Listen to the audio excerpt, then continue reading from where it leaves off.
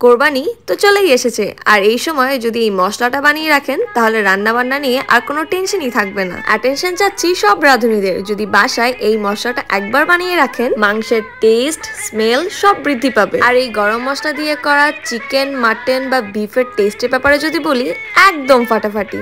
So এই special গরম মশলাটা বানাতে আমাদের লাগবে ধনিয়া, দিব এর মধ্যে জয়ফল, দিয়ে দিব কালো এলাচ বা বড় এলাচ, দিয়ে দিব এর মধ্যে মৌরি, দেন এর মধ্যে দিয়ে দিব জৌত্রী, দিয়ে দিব স্টার অ্যানাইজ, লাগবে এর মধ্যে শাহি জিরা, দেন এর মধ্যে দিয়ে দিব কাবাব চিনি, দেন এর মধ্যে অ্যাড করে দিব কালো গোলমরিচ, দিব লং, দিয়ে দিচ্ছি এর মধ্যে দারুচিনি, দেন এর মধ্যে দিয়ে দিব সবুজ এলাচ, দেন এর মধ্যে দিয়ে দিচ্ছি নর্মাল যে জিরাটা হয় ওই জিরাটা, দিব এর মধ্যে তেজপাতা। এখন একটু হাত দিয়ে ভালোভাবে এই সব মশলাগুলোকে ভালোভাবে মিক্স করে নিচ্ছি।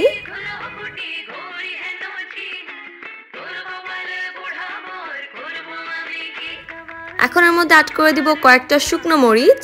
এখন এই সব মশলাগুলোকে ভালোভাবে একটা প্যানের মধ্যে হালকা টেলে নিব। এই মশলাগুলোকে আমরা রোস্ট করে নিব একদম লো ফ্লেমে, যেন এই মশলাগুলো পুড়ে না যায়।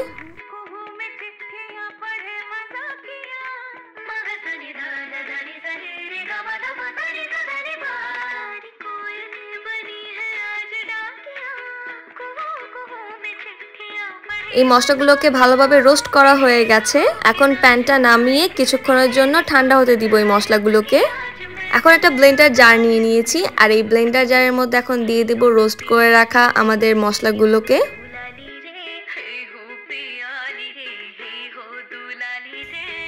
এখন এই মশলাগুলোকে ভালোভাবে ব্লেন্ডারে ব্লেন্ড করে নিব।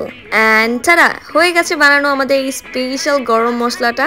ব্লেন্ডার জারের ক্যাপ খোলার সাথে সাথে একটা সুন্দর মশলার স্মেল আসা শুরু করবে। আর এখন এই স্পেশাল গরম মশলাটা ইউজ করে আপনার ফেভারিট ডিশগুলো বানিয়ে ফেলতে পারবেন। আর কোরবানি তো চলেই এসেছে, আর এই কোরবানিতে যদি মাংসে এই মশলাটা ইউজ করেন, মাংসের টেস্ট আর স্মেল একদম বহুগুণে বেড়ে যাবে। তাহলে আর কোনো টেনশনই থাকলো না আপনাদের। এই স্পেশাল গরম মশলাটা অবশ্যই বাসায় বানিয়ে দেখবে।